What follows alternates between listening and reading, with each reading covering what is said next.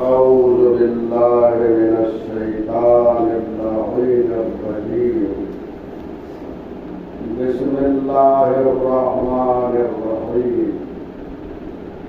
الحمد لله الذي جعلنا من المتمسكين بولاية أمير المؤمنين والأئمة عليهم السلام، والصلاة والسلام على رسوله الكريم وآله الطيبين الطاهرين المعصومين المظلومين، واللعن الدائم على أعدائهم أجمعين من يومنا هذا إلى قيام يوم الدين.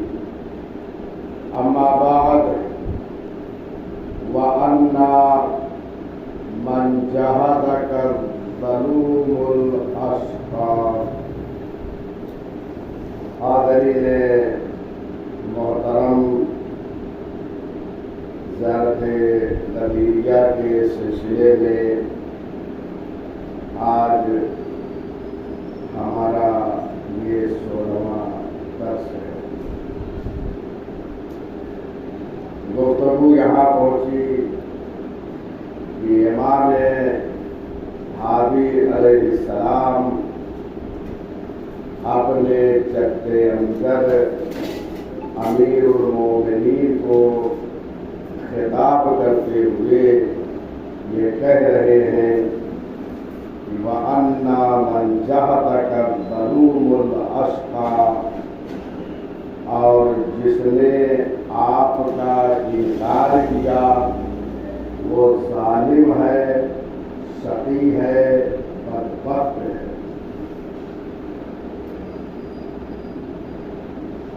جو فضائل و مناقب امیر المومنین کے تھے، دنیا والوں نے اسے چھپانے کی کوشش کیا، اور بہت سے وہ افراد نظر آئے کہ جنہوں نے ولایت امیر المومنین کا انکار کیا.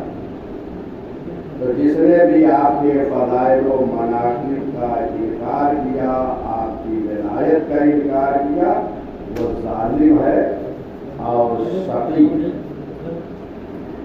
چنانچہ آپ کتب اسلامی کا، کتب تاریخ کا مطالعہ فرمائے تو آپ کو یہ بات نظر آئے گی کہ ایک طرف امیر المومنین کے فضائل و مناقب کو چھپایا گیا، اور دوسری طرف دوسروں کی شان میں حدیثیں گڑھی گئی، اور ان حدیثوں کو بچوں کو حفظ کرایا گیا.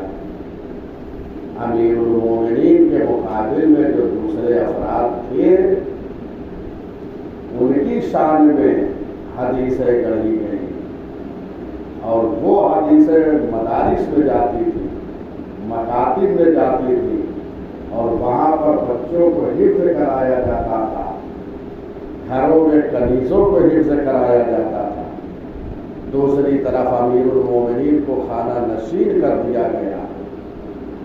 یہ ساری جو ہے سعی و کوشش تھی کہ ان کے مناقب ختم ہو گئے، لیکن 200 سال تک بنی امیہ اور بنی عباس کی ساری یہ کوششیں ناکام ہو گئی، اور فضائل و مناقب امیر المومنین دنیا والوں تک پہنچ گئے.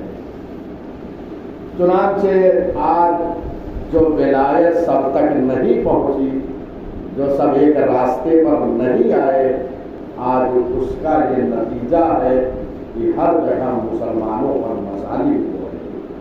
کیونکہ ایک راستے پر اگر سب ہوتے تو ایک طاقت ہوتی، یہ قوت ہوتی.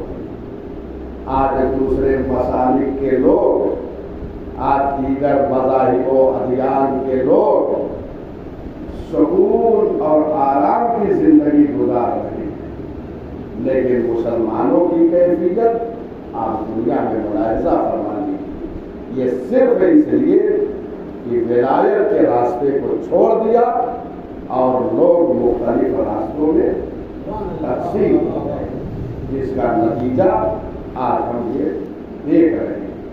چنانچہ ایک طرف حدیثیں امیر المومنین کے مقابل پہ گڑھی گئی، امیر المومنین کو خانہ نشین کر دیا گیا، اور ایک زمانے تک نعوذ باللہ امیر المومنین پر منبروں سے سب کو شتم کیا گیا۔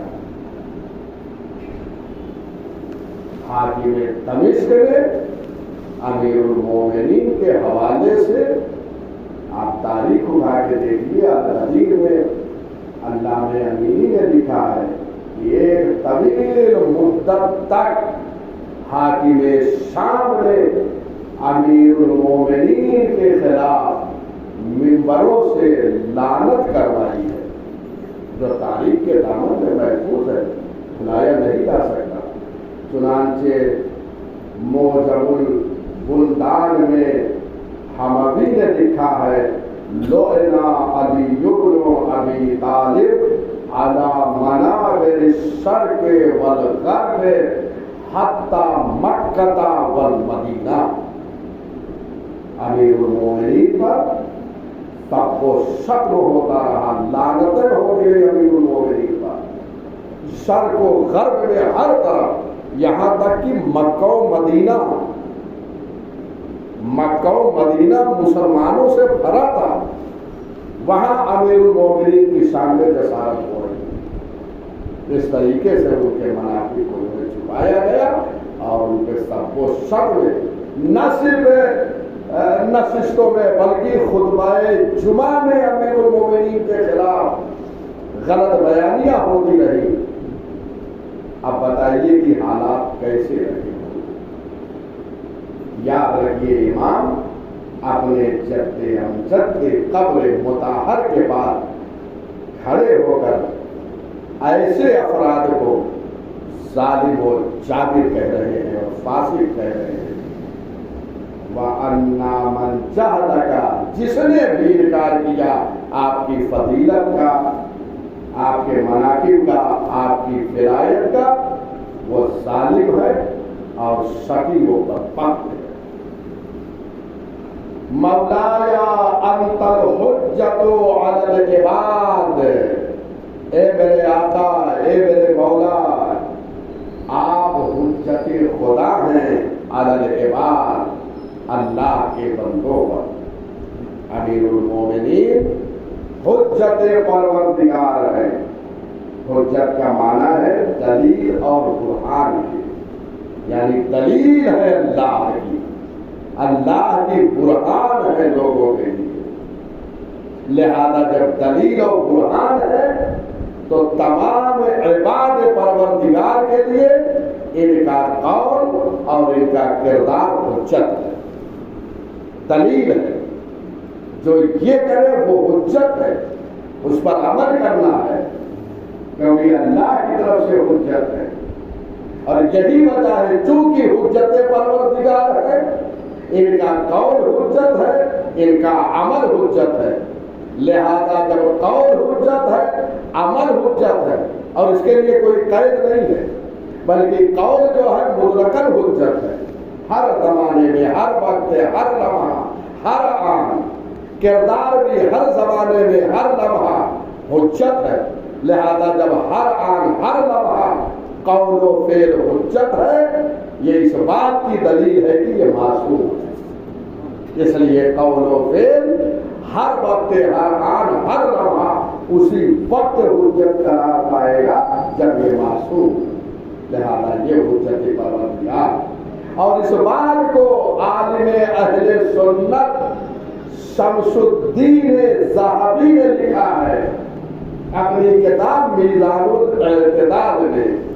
وہ لکھتے ہیں کہ پیغمبر اکرم نے یہ ارشاد فرمایا، انا وعلی حجت اللہ علی عبادہ۔ یہی فقرہ جو یہاں پر ہے زیارت کا، یہاں امیر المومنین کے حوالے سے، کہ یہ حجت پروردگار ہے تمام مخلوق پر، تمام بندوں پر۔ اور یہاں پہ پیغمبر اکرم کا قول صحابی نے نقل کیا ہے کہ پیغمبر اکرم نے یہ ارشاد فرمایا، اے علی میں اور آپ اللہ کی حجت ہیں اس کے بندوں پر۔ یہ علی اہل سنت صحابی نے لکھا ہے۔ اور یاد رکھیے گا کہ پروردگار نے دو حجتیں ہمیں دی ہیں۔ حجت الہی جو ہے وہ دو قسم کی ہے، ایک حجت ظاہرہ ہے اور ایک حجت باطنہ ہے۔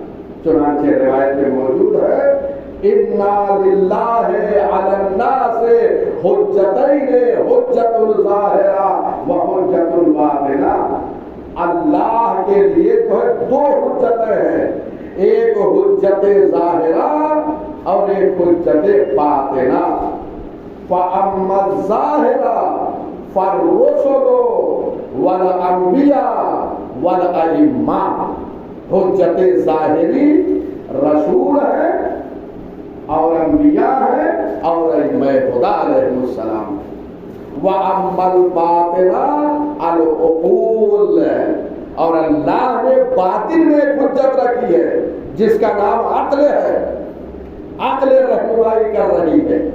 یہ عقل اللہ نے جو دی ہے انسان کو، یہ بھی حجت ہے۔ اور یاد رکھیے کہ پروردگار نے یہ حجت اس لیے بھیجی ہے تاکہ میدان محشر میں کوئی احتجاج نہ کر سکے کہ ہم تک حجت کو نہیں بھیجا۔ اس لیے اس نے مسلسل جو ہے رسول بھیجے، انبیاء بھیجے، اس کے بعد ائمہ کا سلسلہ رکھا۔ ہر زمانے میں حجت پروردگار روئے زمین پر نہیں ہے تاکہ کوئی احتجاج نہ کر سکے۔ اور ظاہر سی بات ہے، بغیر حجت کے اللہ کسی بندے پر عذاب بھی نہیں کر سکتا۔ کیوں؟ اس لیے کہ یہاں ایک عقلی قاعدہ موجود ہے جسے کہتے ہیں قاعدہ قبح عقاب بلا بیان۔ قبح عقاب بلا بیان۔ اللہ اگر بغیر حجت کے، بغیر کسی رہنما کے کسی بندے پر عذاب کرے تو یہ کبھی ہے۔ قبح عقاب یعنی عقاب کبھی ہے بلا بیان، بغیر حجت کے۔ وہ حجت نہ بھیجے اور عذاب کر دے تو یہاں پہ یہ کبھی ہے۔ لہذا پروردگار پہلے حجت بھیجے گا، اس کے بعد عذاب کرے گا۔ تو یہ قاعدہ عقلی موجود ہے، ہر صاحب عقل کو تسلیم کرنا ہے۔ اور پھر قرآن مجید میں آیت بھی موجود ہے، دلیل موجود ہے کہ ما کننا وما کننا معذبین حتی نبعث رسولا۔ ہم کسی پر عذاب نہیں کریں گے جب تک کہ اپنے رسول کو نہ بھیج دیں۔ یعنی جب تک حجت ظاہری روئے زمین پر نہ آئے، پروردگار کسی بندے پر عقاب نہیں کر سکتا۔ پہلے حجت کے ذریعے سے ساری باتیں ارسال کر دے، سارے احکام کو بھیج دے، سارے مسائل کو بھیج دے، اس کے بعد اگر ایک بندہ عمل نہ کر کے اس کائنات سے جائے تو پروردگار اس پہ عذاب کرے گا۔ کیوں؟ اس لیے کہ اس نے حجت کو بھیجا ہے۔ لہذا ہر زمانے میں اللہ کی حجت رہی ہے۔ اور ایک سب سے اہم دلیل، اگر حجت خدا نہ ہو تو یہ زمین و آسمان باقی نہیں رہ سکتے۔ یہ حجت خدا کے ذریعے سے باقی ہے زمین و آسمان۔ روایت میں وارد ہے لولا الحجہ لساقت الارض باہلہا۔ اگر حجت خدا نہ ہو روئے زمین پر تو یہ زمین اپنے بسنے والوں کو نگل جائے۔ یعنی یہ حجت خدا ہے جو سب کو بچائے ہوئے ہے۔ اور پھر بار بار اب دعائے ندبہ میں ہر صبح جمعہ یہ پڑھتے ہیں، اَيْنَ السَّبَبُ الْمُتَّصِلُ بَيْنَ الْأَرْضِ وَالسَّمَاءِ۔ کہاں ہے وہ کہ جس کے ذریعے سے زمین و آسمان باقی ہے، کہاں ہے وہ سبب جو سبب اتصال ہے زمین و آسمان کے درمیان؟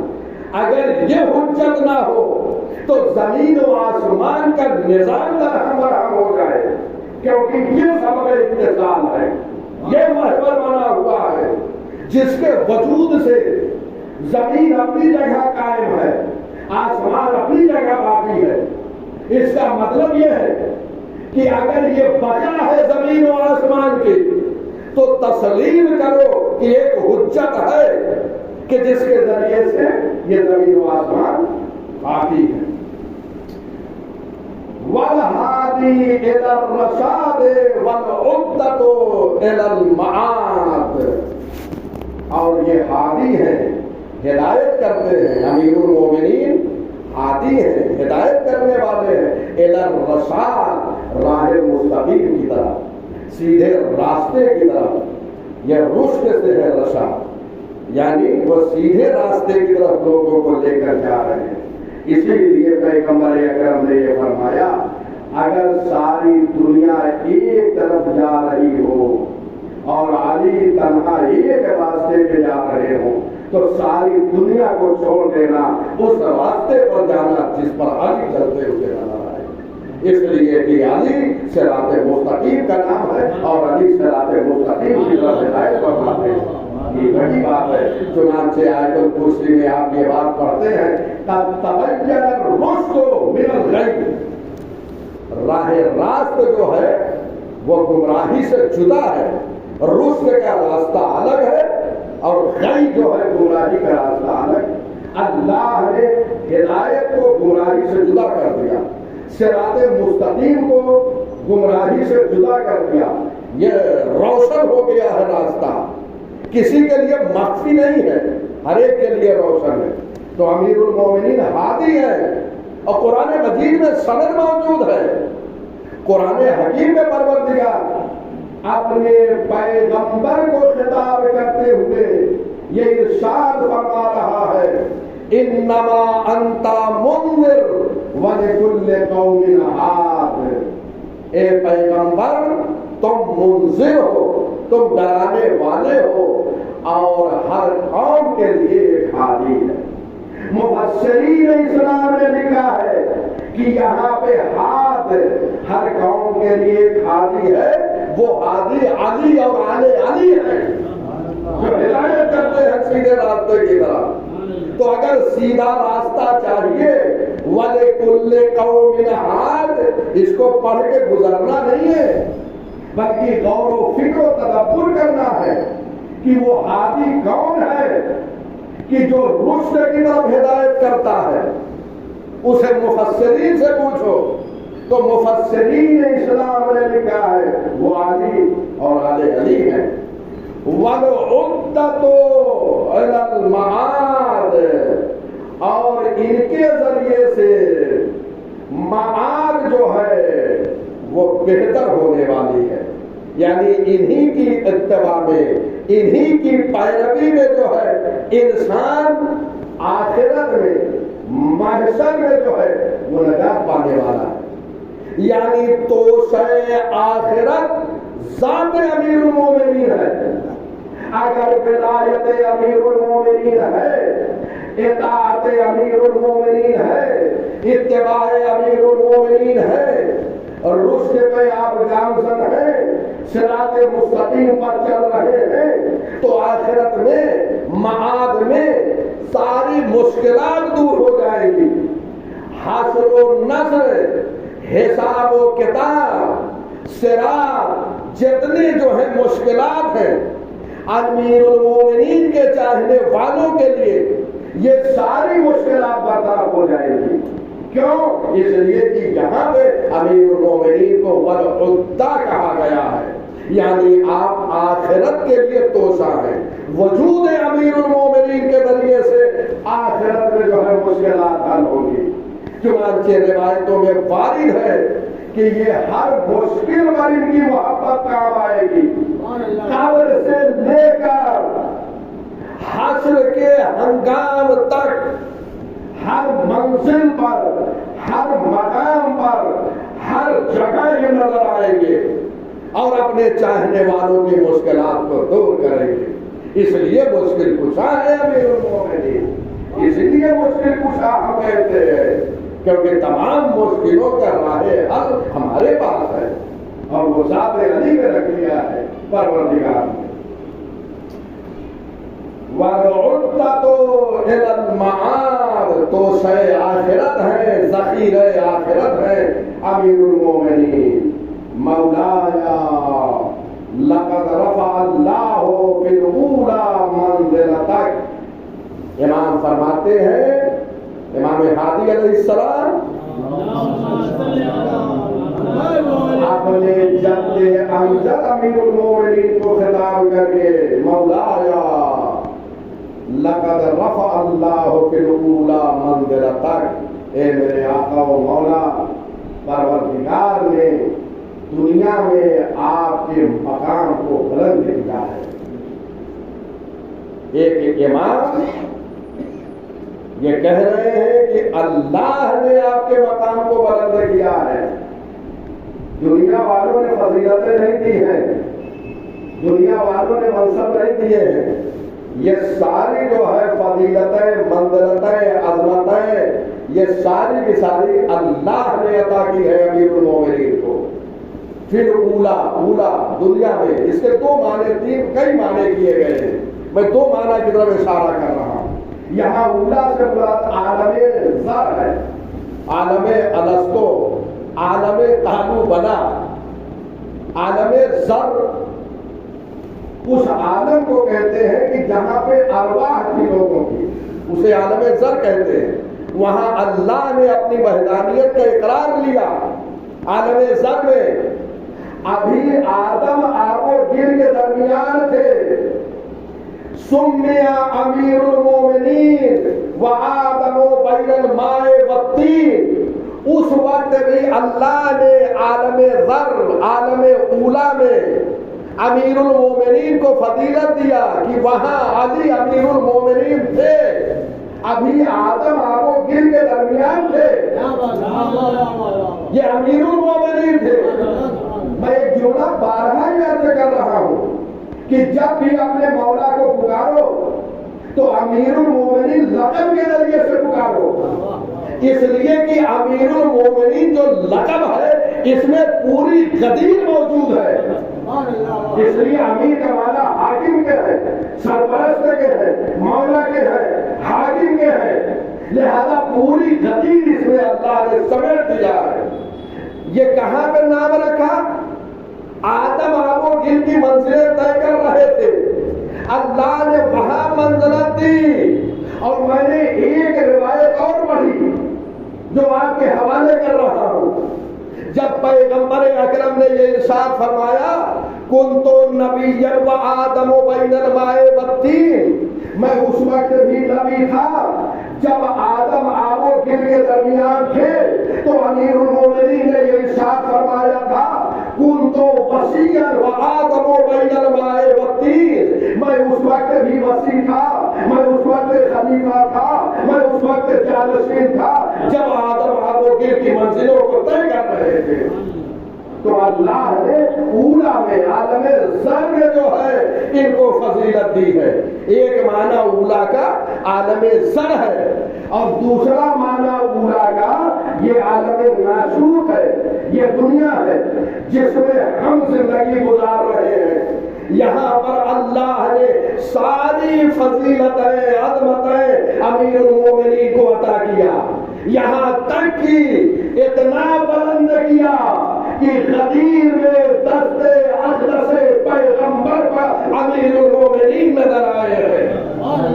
یہ ہے فضیلت ہے جو آپ کو اس عالم ناسود میں امامت آپ کے حوالے, ولایت آپ کے حوالے, وصایت آپ کے حوالے, سارے مناقب آپ کے حوالے, سارے فضائل آپ کے حوالے. دشمنوں نے دشمنی کر کے دیکھ لیا, 25 سال خانہ نشین کر دیا, اس کے باوجود بھی حیران کن بات یہ ہے کہ اتنے روکنے کے باوجود آج امیر المومنین کے فضائل سے پوری دنیا پر نظر آ رہی ہے. یہ ہے امیر المومنین کے مناقب. یہ ساری چیزیں ائمہ نے دعاؤں کے ذریعے اور زیارتوں کے ذریعے ہم تک پہنچائی ہے۔ اللہ اکبر۔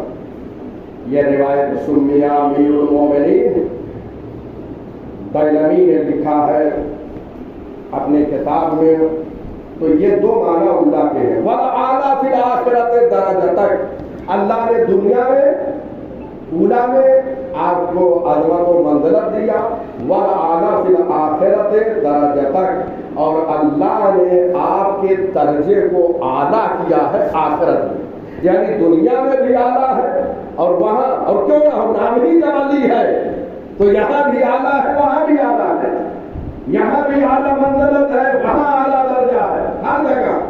اور قرآن نے اس مطلب کی طرف اشارہ کیا، وہاں پر جو دیکھیں گے تو وہاں پر کیا ہے، ہر طرف اہل بیت ہے میدان محشر میں۔ بس حصہ مختصر اتنا ہے کہ حسین اس کے سوا کیا ہے قصہ محشر، ہر ایک زباں پہ تمہاری ہی داستان ہوگی۔ یہ میدان محشر کا سما ہوگا، ہر طرف اہل بیت علیہ السلام ہوں گے، اپنے چاہنے والوں کی شفاعت فرمائیں گے۔ اور قرآن مجید نے اس مطلب کی طرف اشارہ کیا ہے، چنانچہ عسا ایب عسا رب کا مقام محمودہ، عنقریب پروردگار تمہیں مقام محمود پر فائز کرے گا۔ یہ مقام محمود ہے کیا؟ اہل بیت میدان محشر میں مقام محمود پر ہوں گے۔ مقام محمود مقام شفاعت ہے، شفاعت کبریٰ، جہاں پر یہ موجود ہوں گے، اپنے چاہنے والوں کی شفاعت کریں گے۔ قرآن نے یہ ارشاد فرمایا کہ یہ مقام محمود وہی مقام شفاعت ہے کہ جہاں ائمہ ہدیٰ علیہ السلام اپنے چاہنے والوں کی شفاعت فرمانے کے بعد داخل بہشت کر دیں گے۔ کوئی ایسا شیعہ نہیں ہے کہ جو جہنم میں جائے، کوئی نہیں ہے، سب جنت میں جائیں گے۔ ہاں یہ اور بات ہے کہ جنت میں جو درجات ہوں گے اس کے لیے ہمیں کام کرنے کی ضرورت ہے، اس کے لیے اعمال کی ضرورت ہے کہ ہمارے درجات بلند ہو جنت میں، تو دنیا میں زیادہ سے زیادہ عمل کریں تاکہ وہ درجات ہمارے آخرت میں جنت میں بلند ہو۔ بہرحال اللہ نے ان کو یہ عظمت و منزلت دیا ہے۔ وَبَصَّرَكَ مَا عَمِلَ مَنْ خَالَفَكَ، اور اے امیر المومنین، اللہ نے ان چیزوں پر آپ کو آگہی دی ہے جس پر آپ کے دشمنوں کو آگہی نہیں دیا ہے۔ اللہ نے امیر المومنین کو وہ بصارت دیا ہے جو ان کے دشمنوں کو نہیں دیا ہے۔ اما ہے ان کے دشمن، ان کے دشمن اندھے ہیں، وہ دیکھ ہی نہیں سکتے، اور اللہ نے ان کو ایسی بصیرت دیا ہے کہ علم ما کان و ما یکون ان کے پاس ہے۔ اللہ نے انہیں علم ما کان دیا ہے، علم ما یکون دیا ہے۔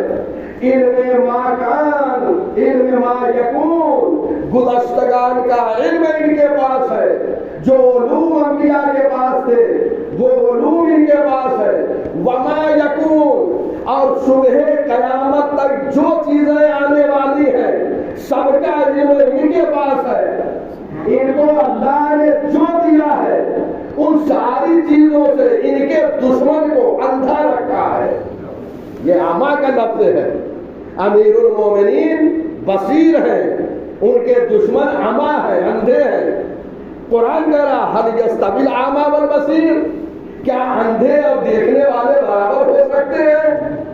یہ قرآن کا یہ کوشچن ہے، سوال ہے، دونوں برابر نہیں ہیں۔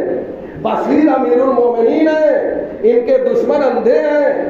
اللہ نے علم ما کان و ما یکون انہیں عطا کیا ہے، ان کے دشمن کو اندھا رکھا ہے۔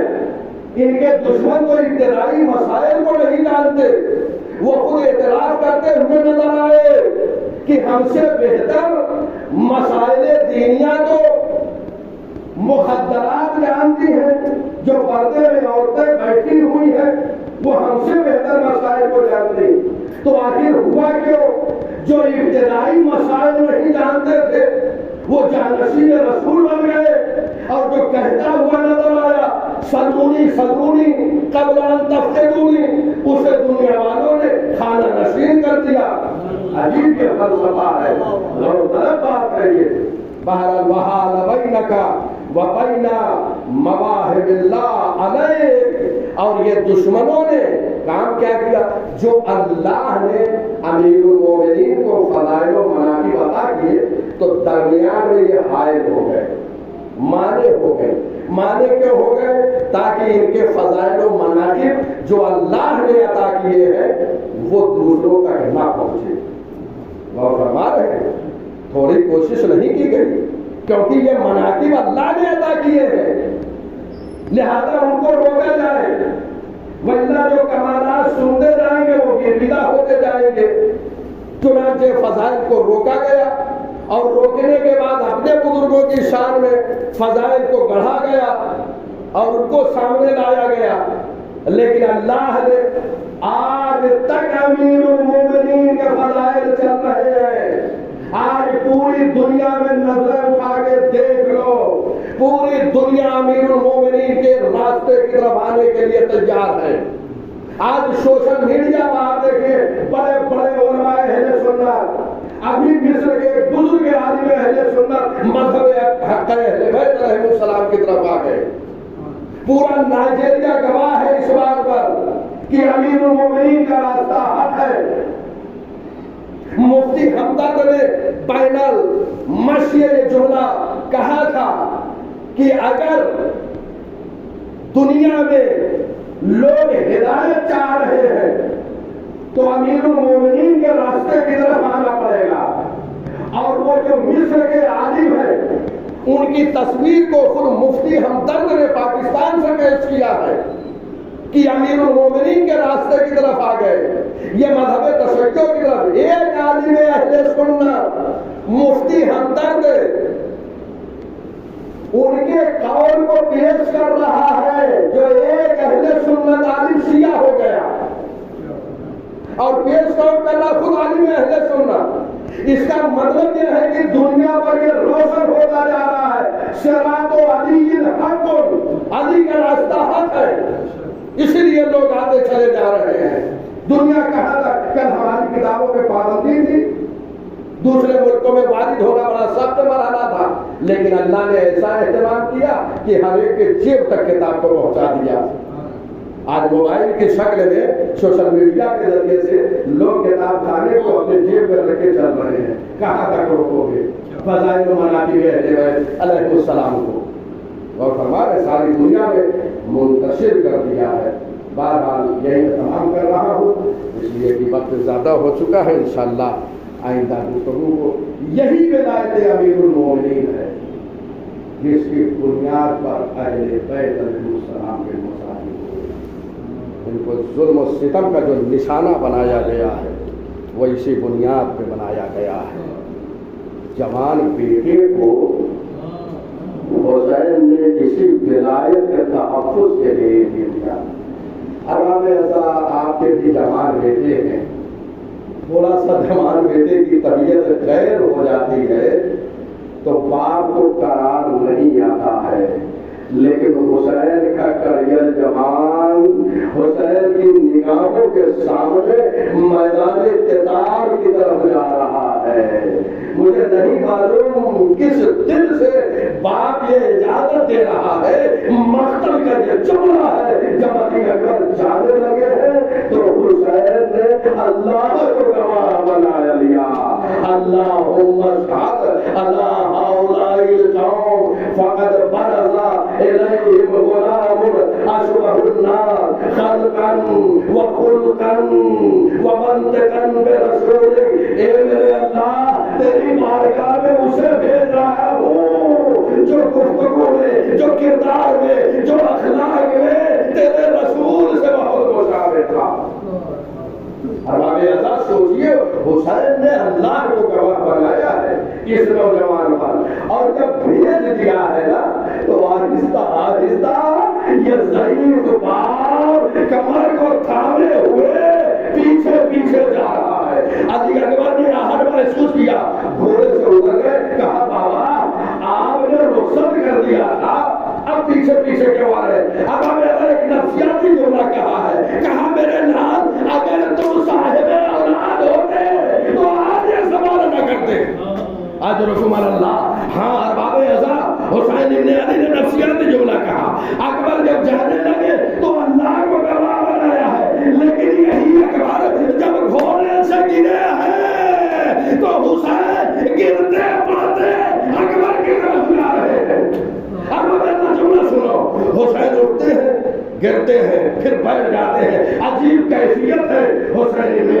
جانے کی طرف آواز دے رہے ہیں، اے علی، اے علی، اے علی کہاں ہو، آواز دو۔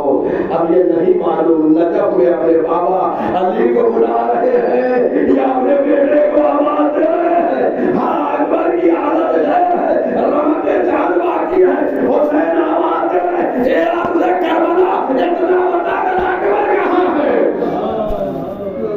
جزاکم ربکم۔ ہاں اور باب رضا کبھی حسین نہر فرات سے خطاب کر کے کہتے ہیں، اے نہر فرات میرا اکبر کہاں ہے، اتنا بتا دے۔ لو باب رضا زہرا کلام اپنے کڑیل جوان بیٹے کی طرف چل رہا ہے، کیا دیکھا کہ ایک مرتبہ اکبر نظر آئے، اپنی اڑیوں کو رگڑ رہے ہیں، کرا رہے ہیں، ہاتھ کو سینے میں رکھے ہوئے ہیں۔ جیسے ہی پہنچے، اکبر میرے لال یہ اڑیاں کیوں رگڑ رہے ہو، یہ ہاتھ سینے پہ کیوں ہے بیٹا؟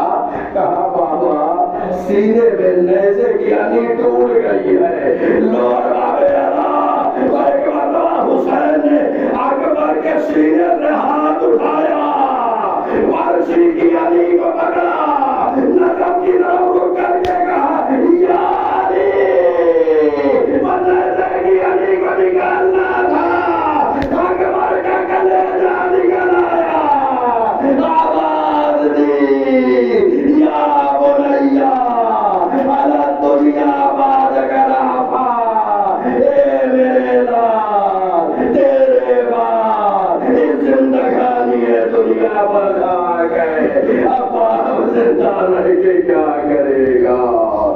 وَسَيَعْلَمُ الَّذِينَ ظَلَمُوا أَيَّ مُنقَلَبٍ يَنقَلِبُونَ رَبَّنَا تَقَبَّلْ مِنَّا إِنَّكَ أَنْتَ السَّمِيعُ الْعَلِيمُ بحق محمد وآلہ الطاہرین۔ خدایا بحق الزہرا وابیہا وبالہا وبنیہا والسر المستودع فیہا، ذکر قلیل کو ہم سے قبول فرما۔ یا اللہ مزارات مقدسہ کی حفاظت فرما، شیعان حیدر کرار کی حفاظت فرما۔ یا اللہ ظالم حکمراں جہاں جہاں بھی تیرے بندوں پر ظلم کر رہے ہیں، اگر وہ قابل ہدایت ہے تو ان کی ہدایت فرما، اگر قابل ہدایت نہیں ہے تو صفحہ روزگار سے محو فرما۔ اے اللہ جب تک دنیا میں زندہ رکھنا، قرآن اور ولایت اہل بیت کے ساتھ زندہ رکھنا۔ اے اللہ دنیا میں بار بار حسین ابن علی کی زیارت نصیب فرما، آخرت میں شفاعت حسین ابن علی نصیب فرما۔ میرے اللہ ہماری اموات کو بخش دے، جنہیں بخش دیا ان کے درجات عالی فرما، انہیں جوان معصومین علیہ السلام میں جگہ عنایت فرما۔ پروردگارہ ہمارے جوانوں کو نیک اور صالح بنا۔ یا اللہ تجھے واسطہ ہے محمد وآل محمد کی عظمت کا، اپنی حجت یگانہ یوسف زہرا منتقم خون حسینی حضرت بقیت اللہ آدم کے ظہور میں تعجیل عنایت فرما۔ ہمارے اعمال اس قابل بنا کہ امام ہمیں اپنے لشکر کے لیے منتخب فرما دے۔ وآخر دعوانا الحمدللہ رب العالمین۔ فاتحہ میر اعجاز علی، میر باقر علی، سکینہ بیگم، میر علی وزارت علی باقری، خیر النساء بیگم اور جبھی مدنی کے وزارت کے لیے۔ بسم اللہ الرحمن الرحیم۔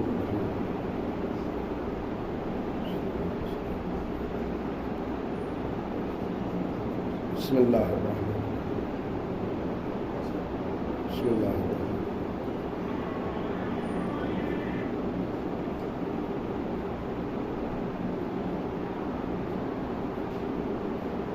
اللهم اغفر لنا الفرج والعافية والنصر وجعلنا من خير أعوانه